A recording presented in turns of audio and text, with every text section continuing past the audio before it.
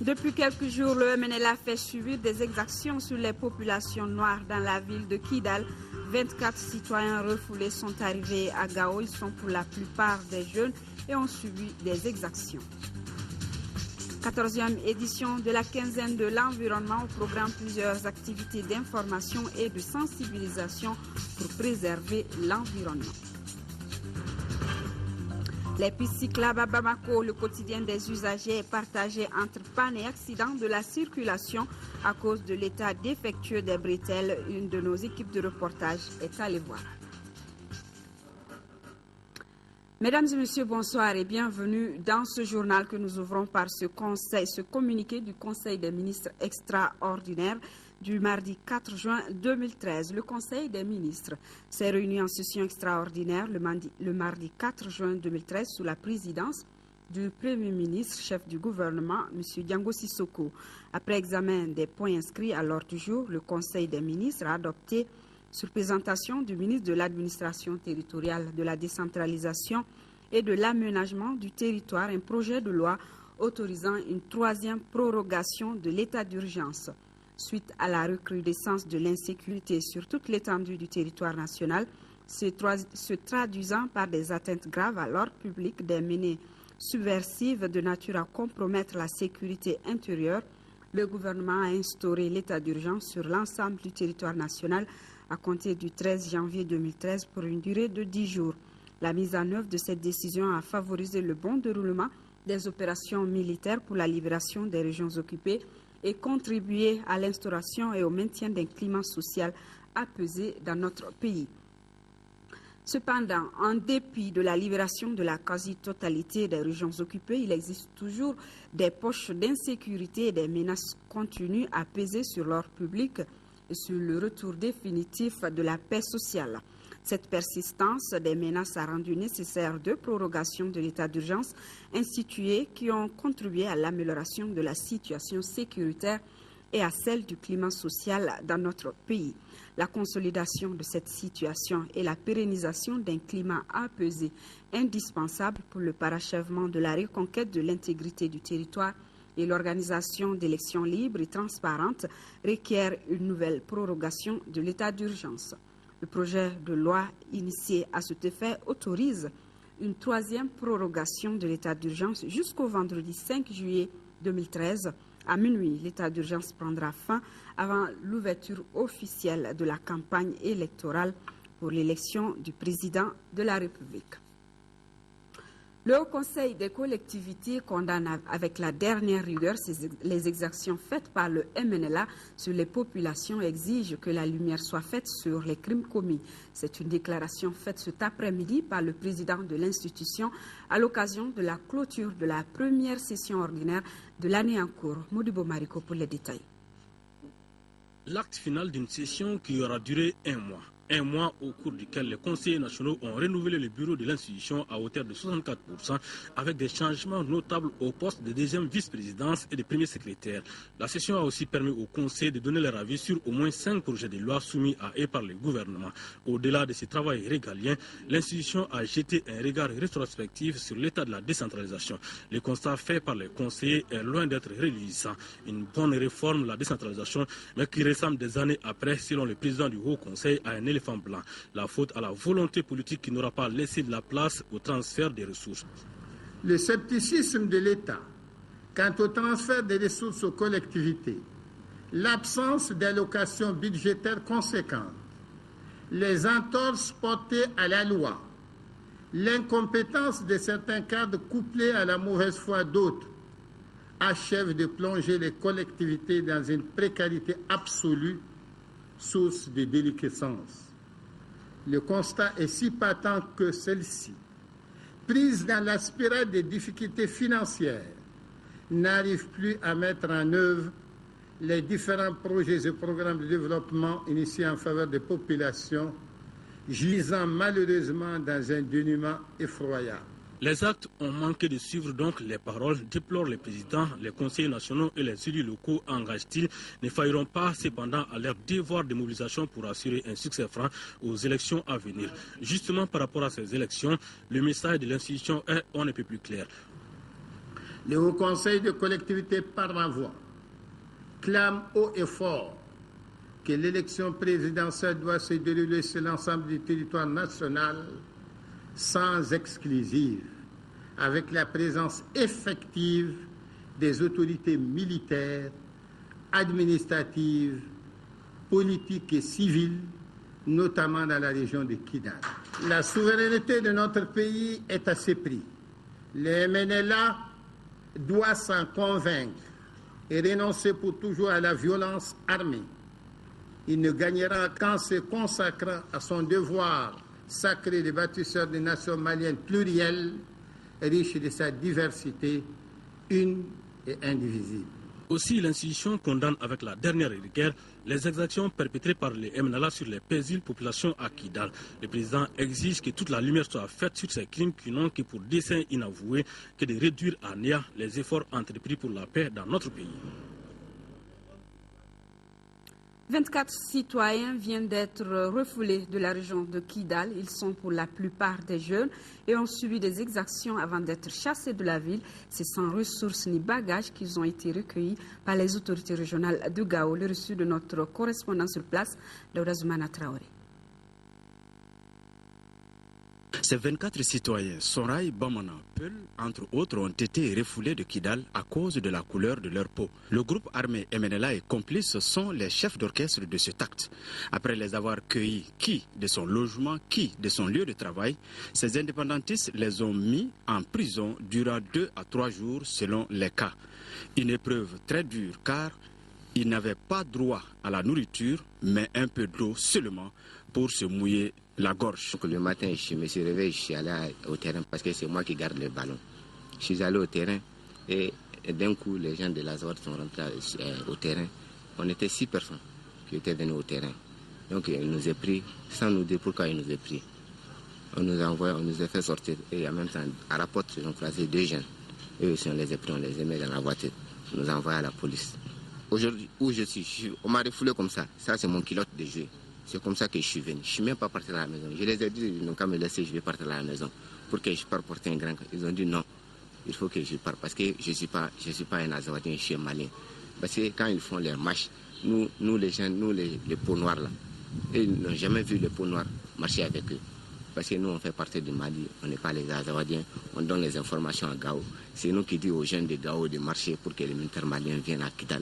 C'est à cause de ça. C'est à cause de ça même qu'on nous a refoulés. Cette barbarie a touché également 4 de nos concitoyens venant de l'Algérie. Ils ont été contraints par les hommes armés du MNLA à entrer dans une 4x4 dont les occupants les ont tous retirés et les ont frappés à leur guise. Donc tous les autres là, il y avait un qui avait 3 bajots avec un autre truc là encore. Il a tout pris ça. Et puis il y a un même qui a pris 100 000 francs pour lui, pour rien. Là, hein? Bon, moi, ils sont vus que comme moi, je n'ai pas l'argent, ils croient que moi, j'ai en train de casser l'argent. Au lieu de je n'ai pas l'argent. Ils sont attrapés, moi, de m'amener dans la maison, hein, de serrer ma colline, même ma bras. Ils sont jusqu'à 4 personnes. De me faire entrer dans la maison, de me faire fusiller. Ils disent qu'ils vont me tuer. J'ai dit, je n'ai pas l'argent, ils sont fouillés ça. Ça s'est fait à Kidal en ville même. Ce qu'il faut éviter, c'est surtout l'amalgame et la stigmatisation. J'étais là-bas avec Madame la ministre. Et nous avons effectivement serré la main de tous les jeunes qui sont venus, qui sont au nombre de 24. Et leur trajet Kidal-Gao est fortement atroce. Vous avez vu même le véhicule emprunté.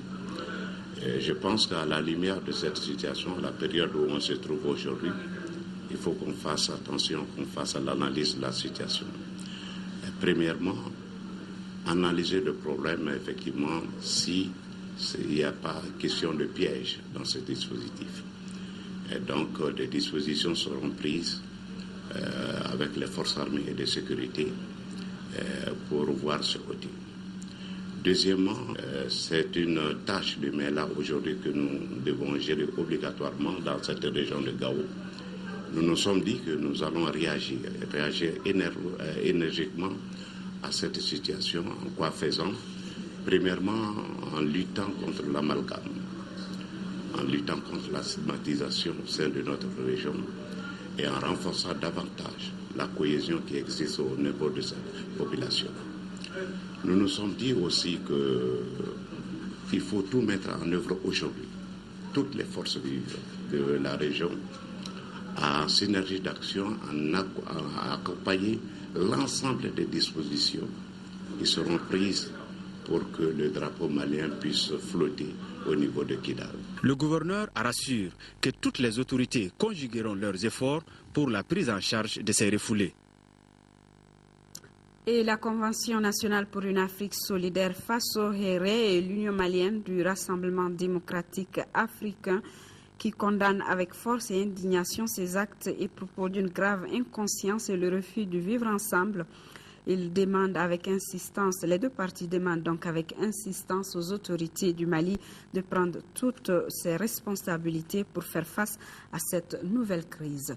Le collectif des ressortissants du Nord, tout en marquant sa consternation, invite les populations maliennes dans une déclaration à ne pas tomber dans le double piège de l'amalgame et du génocide programmé par le MNLA. La déclaration est lue ici par son président Malik Al-Husseini Meiga au micro de Moussa Arimega. Le jeudi 30 mai 2013 restera sans doute dans les annales de la libération du Nord comme un jour noir, une sorte de tache. En effet, les populations de la ville de Gao, par centaines, ont marché pour deux raisons essentielles à leurs yeux.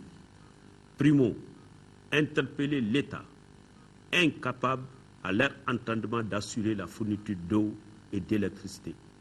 Secondo, exprimer leur inquiétude concernant le flou qui flotte sur la question de Kidal. Le collectif des ressortissants du nord du Mali, Koren, exprime ses vifs encouragements aux vaillantes populations de Gao et s'associe à l'expression de leur indignation.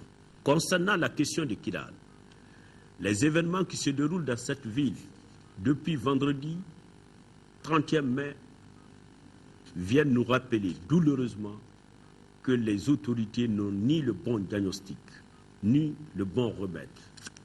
En effet, une véritable chasse à l'homme noir est organisée dans la ville de Kidal. Le MNLA est en train de procéder à une sorte d'épuration ethnique de la ville de Kidal en obligeant les Noirs et tous ceux qui se réclament républicains à quitter les lieux. Ceux qui résistent sont arrêtés et déportés. Une situation qui oblige le plus grand nombre à se cacher. Le collectif des ressortissants du nord du Mali marque sa consternation dans la mesure où, au début du mois d'avril, il avait attiré l'attention des autorités maliennes sur les exactions à connotation raciste qui se déroulaient à Kidal. Les événements du vendredi 30e mai et du dimanche 2 juin prouvent, hélas, que rien n'a été entrepris pour faire cesser ces exactions. On célèbre demain la journée mondiale de l'environnement. Le thème retenu est « Penser, manger, réserver ». À cette occasion, le ministre de l'Environnement et de l'Assainissement a livré un message dont nous vous proposons un extrait propos recueilli par Soumaïla Berti. Demain, 5 juin 2013, nous commémorons la journée mondiale de l'environnement, instituée par l'Assemblée générale des Nations unies pour marquer la création du programme des Nations unies pour l'environnement à Stockholm en 1972. Depuis, cette journée est devenue un des moyens par lesquels l'Organisation des Nations unies stimule la sensibilisation des gouvernements en les mettant face à leurs responsabilités concernant la dégradation de l'environnement. La quinzaine de l'environnement que nous organisons entre dans le cadre de cette sensibilisation. C'est ainsi qu'une série de manifestations ont été programmées pour informer et sensibiliser les populations sur les enjeux liés à la dégradation des ressources naturelles et de l'environnement de façon générale. Le thème retenu cette année est « Penser, manger, préserver ». Il s'agit là d'une invitation à la promotion des modes de production et de consommation durables, notamment dans le secteur de la production agricole, et la problématique de la gestion durable des terres et des eaux. Et la 14e édition de la quinzaine de l'environnement qui a démarré, 15 jours d'activités intenses de sensibilisation et d'information pour préserver l'environnement. Elle sera également marquée par la célébration, vous venez de le suivre, de la Journée mondiale de l'environnement prévue demain 5 juin et la Journée internationale de lutte contre la désertification. Sira Bachili. Des sachets plastiques qui traînent par terre, ils sont non biodégradables, un danger pour l'environnement, agressés dans tous les sens de nos jours. Il faut un remède. C'est l'idée de la quinzaine de l'environnement, un espace de rencontre et d'échange qui ouvre ses portes pour la 14e fois au Mali. Il s'agit d'amener les populations à devenir des agents actifs du développement durable et équitable à travers les changements d'attitude. Notre richesse commune aujourd'hui sérieusement menacée. Hier comme aujourd'hui, la problématique de la dégradation de l'environnement reste d'actualité. Nous perdons annuellement près de 100 000 hectares de forêt que les campagnes de reboisement sont très loin de pouvoir compenser. Nos terres et nos cours d'eau sont victimes de l'avancée du désert. Notre faune et notre flore sont réduites à leur plus simple expression.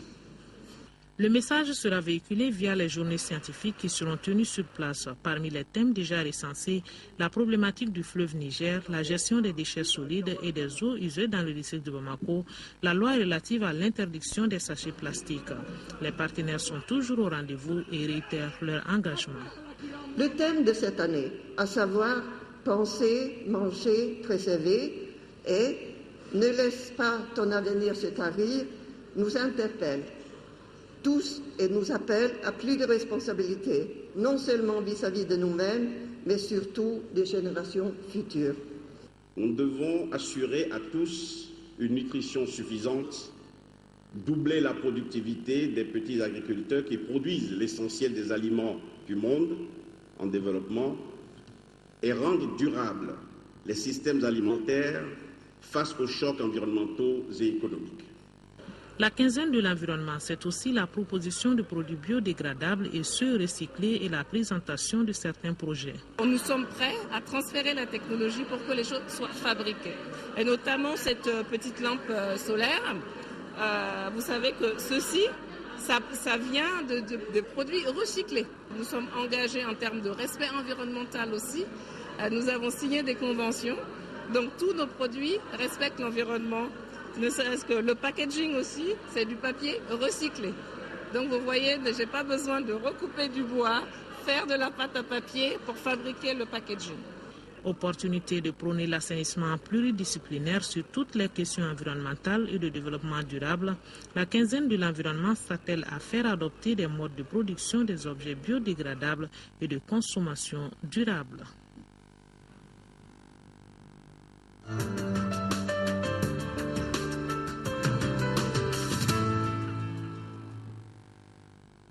Et nous ouvrons cette rubrique élection par ce communiqué officiel du ministre de l'Administration territoriale, de la décentralisation et de l'aménagement du territoire qui porte à la connaissance des candidats à l'élection présidentielle de 2013 que les imprimés du modèle de déclaration de candidature à l'élection du président de la République sont tenus à leur disposition au niveau du secrétariat de la Direction générale de l'administration du territoire. C'est autre communiqué du ministre de l'Administration territoriale, de la décentralisation et de l'aménagement du territoire qui informe les électeurs et les électrices que les opérations d'établissement des nouvelles listes électorales vont se dérouler sur l'ensemble du territoire national et dans les ambassades et consulats du Mali du 5 au 25 juin 2013. Par conséquent, le ministre invite les électeurs et électrices à se rendre auprès des différentes commissions d'établissement des listes électorales qui siègent au niveau de chaque commune, ambassade et consulat. Le ministre rappelle qu'auprès des dites commissions, chaque électeur a la possibilité de choisir le lieu où il souhaite voter. Démarrage donc demain des travaux des commissions d'établissement des listes électorales. Ils se poursuivront jusqu'au 25 juin sur l'ensemble du territoire national dans les ambassades et consulats du Mali. Les commissions composées des représentants de l'administration territoriale et des partis politiques procéderont à la radiation des électeurs décédés, et à la validation des listes électorales définitives. Au micro de Brahma Traoré, le directeur général de l'administration territoriale, pour plus de détails. Ces commissions sont composées des représentants de l'administration et des représentants des partis politiques doivent siéger pour essayer de valider la liste des électeurs potentiels. Cette validation consiste à radier des listes électorales les personnes décédées. Parce que le recensement a eu lieu en 2009 et de 2009 à aujourd'hui, il y a certainement des gens qui sont décédés. Ensuite, d'enregistrer à leur niveau les choix des lieux de vote. Parce que les personnes qui souhaiteraient choisir leur lieu de vote, les commissions administratives seront en mesure justement d'enregistrer les choix de ces électeurs. Et elles peuvent procéder aussi à de nouvelles inscriptions. Cela veut dire les électeurs qui existent dans la base de données avec leurs photos et leur empreinte digitale, qui ont changé de commune et qui souhaiteraient voter dans leur nouvelle commune de résidence, les commissions administratives doivent pouvoir faire leur inscription. À titre d'exemple, quand vous avez été enregistré à Sikasso en 2009, aujourd'hui vous êtes sur la liste électorale de Sikasso, aujourd'hui vous êtes installé à Bamako, vous voulez voter à Bamako, donc il faut aller dans une commune de Bamako, là où vous résidez, pour vous faire inscrire, afin qu'on puisse vous radier sur la liste électorale de Sikasso. C'est ce qu'on appelle les transferts. Une troisième activité consiste justement à gérer aussi quelques situations particulières. Parce qu'au niveau du recensement administratif à vocation état civil, il est apparu que certains électeurs n'ont pas précisé leur village, quartier, fraction. Ils sont une minorité. Ça aussi, les commissions seront autorisées exceptionnellement à procéder à ce travail de correction ou de précision des lieux, des VFQ de ces électeurs-là. Donc, ils doivent travailler suivant un calendrier bien précis. Et ce calendrier commence le 5 pour s'achever le 25. Bien sûr, il y a des séquences dans ce calendrier. Il y a une période où vraiment ils vont faire les travaux de radiation, de transfert, d'enregistrement des lieux de vote. Ça, c'est de la période du 5 juin au 15 juin.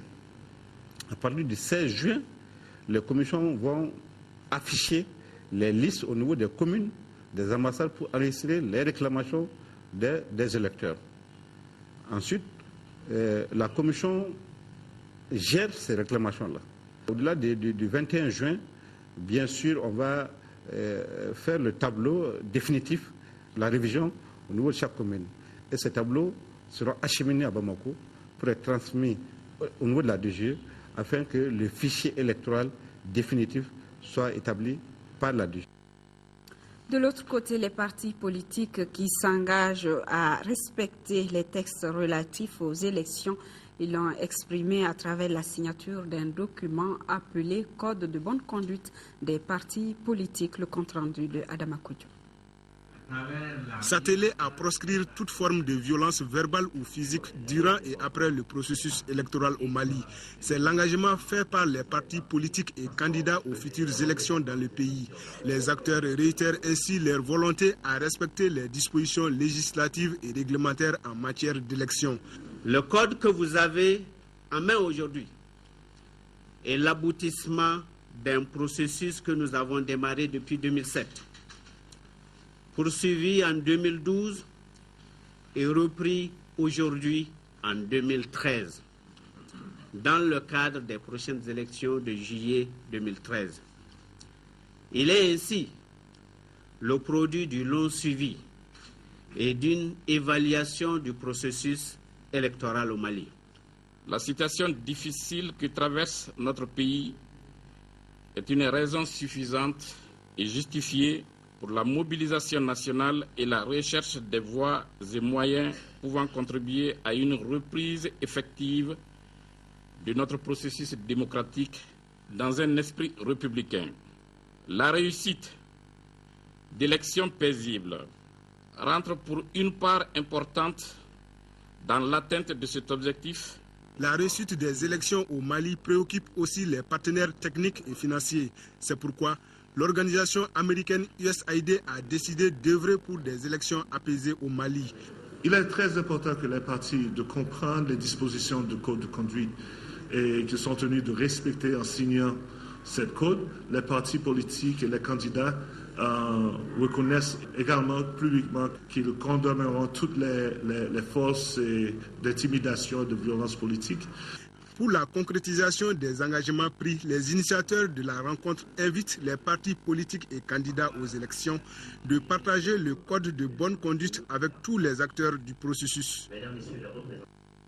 Et le gouverneur du district qui informe les 96 agents retenus sur la liste additive dans le cadre de la distribution de la carte Nina qu'une séance spéciale de rattrapage sera organisée à leur intention le mercredi 5 juin 2013 à partir de 9h dans la salle de conférence du gouvernorat du district de Bamako. Les intéressés peuvent consulter la liste affichée à cet effet au gouvernorat du district.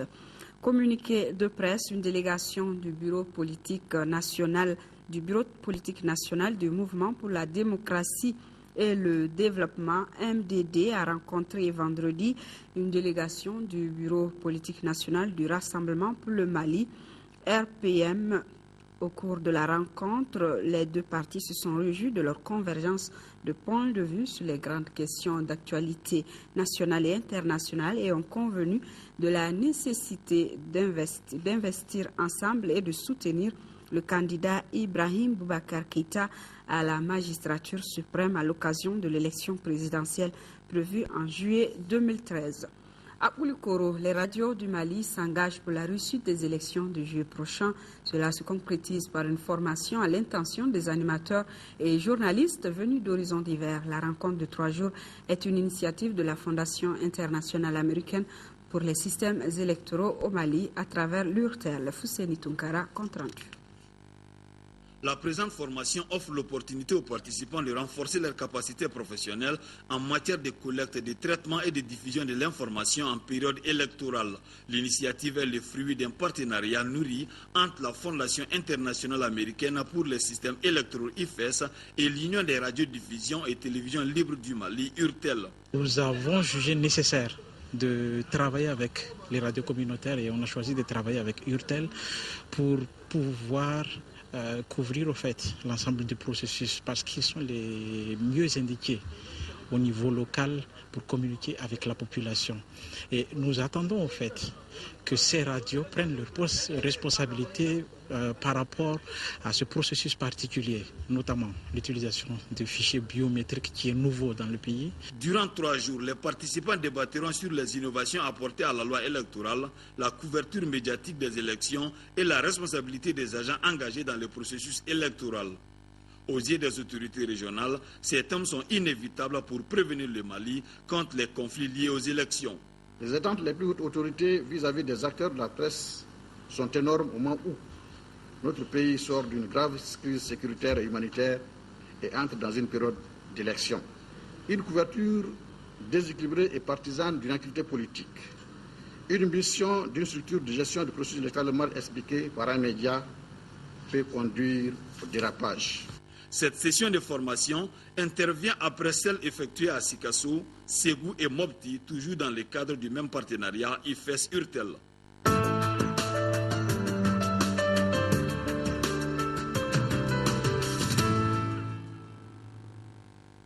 Un programme d'assistance aux victimes des exactions des événements de 2012 vient d'être lancé à Gao par le ministre de la Famille, de la Promotion de la Femme et de l'Enfant. Ce programme qui bénéficie de l'appui de ONU Femmes s'étend sur 3 ans. Nous retrouvons nos correspondants sur place, Daouda Zoumana Traoré et Djibril Bagayoko. C'est à bras ouverts que la population de Gao a accueilli la ministre de la Famille, de la Promotion de la Femme et de l'Enfant. Après la reconquête, les hautes autorités veulent remettre les femmes de Gao au travail en leur octroyant des fonds nécessaires pour les activités génératrices de revenus. L'ONU Femmes, à travers les ONG GREP, GREFA, Taoussa et EFAD s'engagent dans ce sens. Déjà, des centaines de femmes sont en activité dans 3 communes de Gao. Les femmes déplacées et retournées et celles restées dans les zones affectées par le conflit bénéficient d'activités génératrices de revenus et participent activement à la culture de la paix et de non-violence. Les femmes des zones occupées seront toutes bénéficiaires de ce programme. Faye Nana Mounessa Touré de l'ONU Femmes Gao dira en substance qu'aucune femme victime ne sera en marge de ce programme intitulé « Sous-programme d'assistance aux femmes et filles affectées par le conflit ». Les axes clés portent sur l'assistance économique et psychosociale aux femmes déplacées, le relèvement économique et la participation des femmes au dialogue communautaire, la prise en charge des victimes de violences basées sur le genre et la participation des femmes à la consolidation de la paix en partenariat avec l'unité genre de la MINUSMA. Les victimes, femmes et enfants ont reçu des kits et des fonds en vue de pouvoir se prendre en charge. J'exhorte les ONG partenaires à donner le meilleur d'elles-mêmes pour une gestion saine des ressources mises à leur disposition pour mieux encadrer les femmes dans l'atteinte des objectifs du programme. Quant à vous, les bénéficiaires, nous ne doutons point de vos compétences pour la réalisation des activités vous permettant de générer des revenus en vue de votre autonomisation. Pour la cicatrisation de toutes ces exactions, les femmes de Gao demandent que justice soit faite et que les malfaiteurs répondent de leurs actes. Et la fondation du groupe Bank of Africa investit dans l'humanitaire. Elle vient de remettre un chèque de 25 millions de francs CFA à la Croix-Rouge malienne pour soutenir les actions humanitaires dans les régions du nord du pays. La cérémonie de remise du chèque géant s'est déroulée cet après-midi au siège de la BOA, Agali Agagissa. Cette remise des chèques traduit la solidarité de la fondation du groupe Bank of Africa à l'endroit des populations des régions du nord du Mali. Ces gestes humanitaires faits à l'endroit de la Croix-Rouge malienne visent à réduire les souffrances des personnes déplacées et résidentes dans ces régions. La fondation n'est pas à sa première opération. Il y a une année, nous avons demandé à rencontrer les dirigeants de la Croix-Rouge afin de pouvoir leur témoigner, du moins leur demander de témoigner à ces populations qu'ils côtoient toute notre attention et toute notre affection à leur égard. Ce jour-là, nous avons fait un don de 25 millions de francs CFA.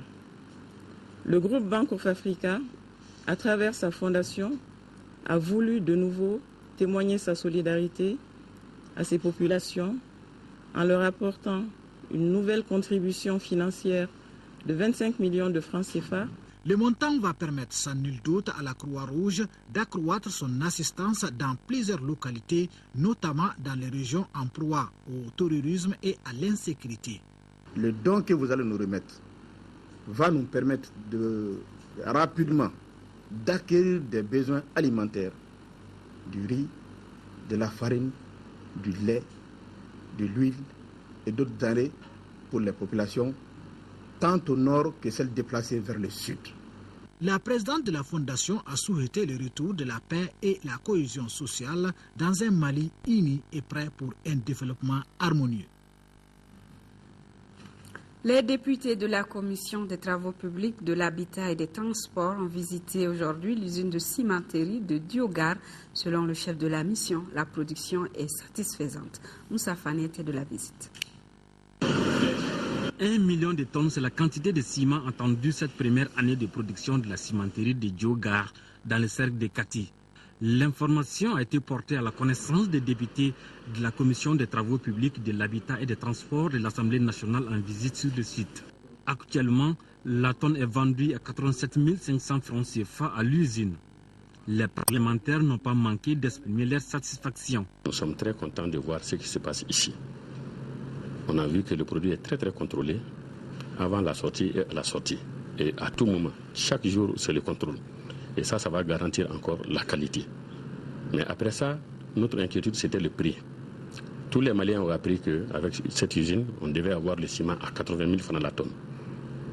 Et on est heureux d'apprendre, malgré les problèmes, que le ciment ici, c'est 87 500 francs la tonne. Les visiteurs du jour ont été émerveillés par la qualité du travail abattu par l'entreprise pour cette première phase de production. On est rassuré par rapport à la production, on est rassuré par rapport à la qualité Et nous pensons que ça va aider beaucoup le Mali. La capacité de production de l'usine est estimée à environ 1 500 000 tonnes par an. Pour satisfaire les besoins de ciment de notre pays qui est de 2 500 000 tonnes par an, les responsables de l'usine souhaitent construire une deuxième cimenterie dans le cercle de Nyiro. Visite du chef d'état-major général des armées en prélude à la sortie du premier bataillon en formation à Koulikoro, accompagné d'une forte délégation du commandement militaire. Il était parti reconforter, selon notre correspondant, le moral des soldats. Sédou Traoré. Aux derniers instants de la formation du premier bataillon de l'armée malienne, le chef d'état-major général des armées est venu requinquer le moral des 715 soldats du bataillon Waraba sur le champ des exercices. Le général Ibrahim Dairou Dambélé est allé jusqu'à Doumba, à une dizaine de kilomètres de Koulikoro, où le groupement tactique interarmes Waraba mène ses exercices pratiques. Des exercices qui valident les 2 mois de formation. Sur place, le visiteur a eu droit à des explications sur le mode opérationnel de chaque section du premier bataillon, des commandos Waraba en passant par la batterie d'artillerie, le génie militaire, l'infanterie motorisée. Bref, aucun détail n'a échappé au premier responsable de l'état-major des armées. Le jour où il venait à Koulikoro et aujourd'hui, il y a une grande différence. Aujourd'hui, il travaille dans des cellules bien organisées et le bataillon avec tous ses éléments, son état-major, les différents commandants de compagnie et même les appuis, que ce soit génie ou artillerie, bénéficiant de tous ces appuis. Tous les bataillons qui seront formés seront déployés au nord du Mali.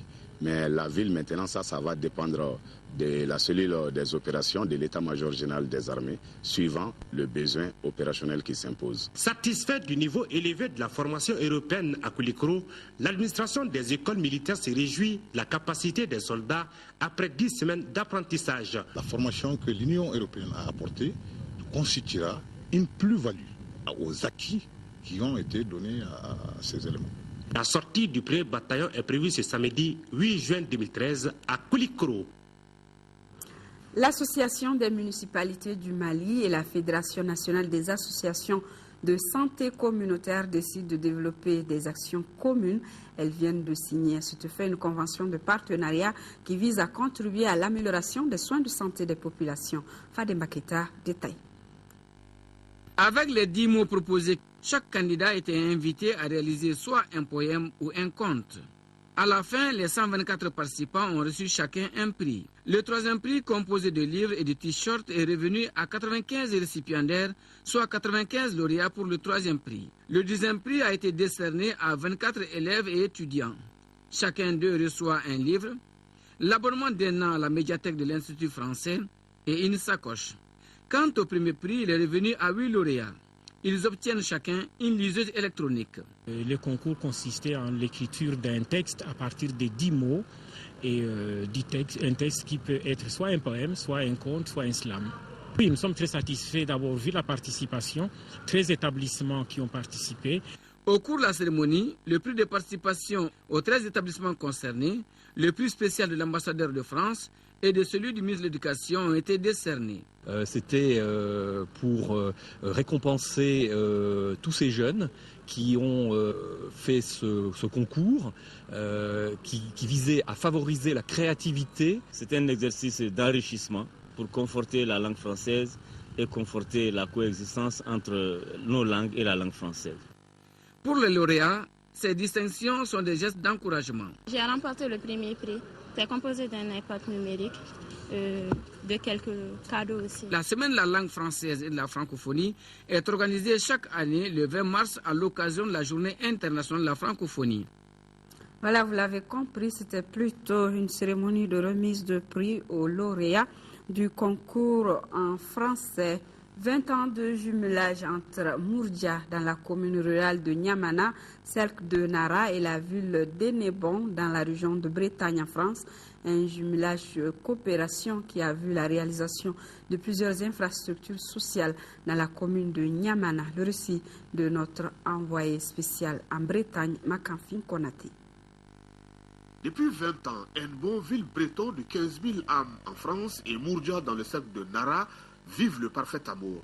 25 puits, 2 sescoms, 4 écoles, une banque de céréales, des moulins des périmètres maraîchers, des centres d'alphabétisation, bref, une véritable aubaine pour Mourdja qui offre en retour un bien plus précieux, son hospitalité. Tous les Nbontais qui ont participé aux différents voyages à Mourdja et au Mali sont revenus transformés et enrichis de la culture africaine. À chaque visite dans les villages où nous étions accueillis avec toute la chaleur et toute la générosité malienne, nous répétions que si notre jumelage pouvait permettre de leur apporter quelques éléments de confort et de développement, ils nous le rendaient largement par leur accueil et la découverte de leur culture. Un jumelage coopération, ce n'est pas une œuvre de bienfaisance, de collectivité du Nord vers le Sud, mais d'un véritable partenariat sur le plan économique, social, culturel et aussi en cas d'urgence une aide humanitaire. Face aux résultats hautement encourageants durant 20 ans, résultats qui se sont traduits par l'érection d'une place de Mourdja à Nbon, le maire de Mourdja ne pouvait qu'espérer des lendemains meilleurs. En perspective, la commune rurale de Niamana, qui a reçu plusieurs visites des délégations d'Nbon, entend renforcer ces jumelages coopération dans l'intérêt exclusif des populations. À Mourdja comme à Nbon, les regards sont désormais tournés vers la fin de la crise malienne afin que les projets de développement reprennent leurs droits. Nous sommes ici à Bamako. En cet hivernage, les pistes cyclables de Bamako sont dans un état de dégradation très avancé. Le quotidien des usagers est partagé entre panne et accidents de la circulation à cause de l'état défectueux des bretelles. Une équipe de reportage dirigée par Mohamed Diarra est allée voir. Suivons son reportage. C'est inexplicable. Les motocyclistes ne sont pas considérés dans ce pays où je ne sais pas. On nous impose de circuler sur cette petite route-là. La route est mal gérée. La piste sur laquelle circulent les motocyclistes est dans un état très très piteux. Donc nous avons vraiment des difficultés. Et chaque fois que nous avons les jantes et les pneus sont vraiment en cause tous les mois, nous sommes obligés de changer des pneus et des jantes. Voici le quotidien des usagers de l'avenue de l'OEA. Il est 7h30 et ceux-ci sont déjà en retard. Tous les jours, un véritable exercice les attend ici et qui consiste à éviter les nids de poules. Les motocyclistes sont tout simplement agacés. Je dirais que vraiment l'état est très très mauvais, vraiment. Très mauvais, vraiment. Bon, même tout de suite, là, c'est-à-dire, il y a une femme, une dame vraiment qui voulait se tomber, c'est-à-dire tomber à cause vraiment de l'état de la route. Non, ça c'est sans commentaire. Et pourtant, le code de la route dit que cette piste est réservée aux motocyclistes. Aujourd'hui, la compagnie de la circulation routière les oblige à ne rouler que sur cette voie. Le but est de réduire les accidents de la voie publique. Mais avec l'état de la piste cyclable, l'effet contraire se produit. Le constat est amer. Nous avons constaté avec amertume que la piste cyclable est considérablement dégradée. Mais en revanche, si aussi des accidents aussi peuvent être engendrés parce qu'ils utilisent la piste cyclable, ça aussi c'est une sorte d'insécurité. Les ingénieurs en construction civile expliquent cette situation par la mauvaise conception des routes. Il serait susceptible que la piste soit élargie et qu'il y ait plus, en tout cas bon que dans les grandes agglomérations de nouvelles constructions de routes, sans qu'on ne prévoie pas de pistes cyclables larges et dignes de ce nom. Cette route a été construite pour un volume de trafic de roues. Et à la date d'aujourd'hui, ce trafic-là a explosé. Aucune donnée scientifique ne nous permettait au moment de concevoir, il y a de cela 10-15 ans, qu'on allait connaître cette explosion de motocyclistes. Consciente des désagréments subis au quotidien par les motocyclistes, l'État, à travers la Géroute, investira des dizaines de millions de francs CFA pour le revêtement des pistes cyclables avant l'hivernage. Les travaux ont démarré déjà. Il y a bientôt un mois qu'on a donné les ordres de service aux entreprises pour commencer. Nous avons mis l'accent sur le curage des caniveaux. C'était la première des opérations à faire. Et cette semaine, vous allez constater sur l'ensemble de ce réseau-là le déploiement des équipes pour le traitement des nids de poules.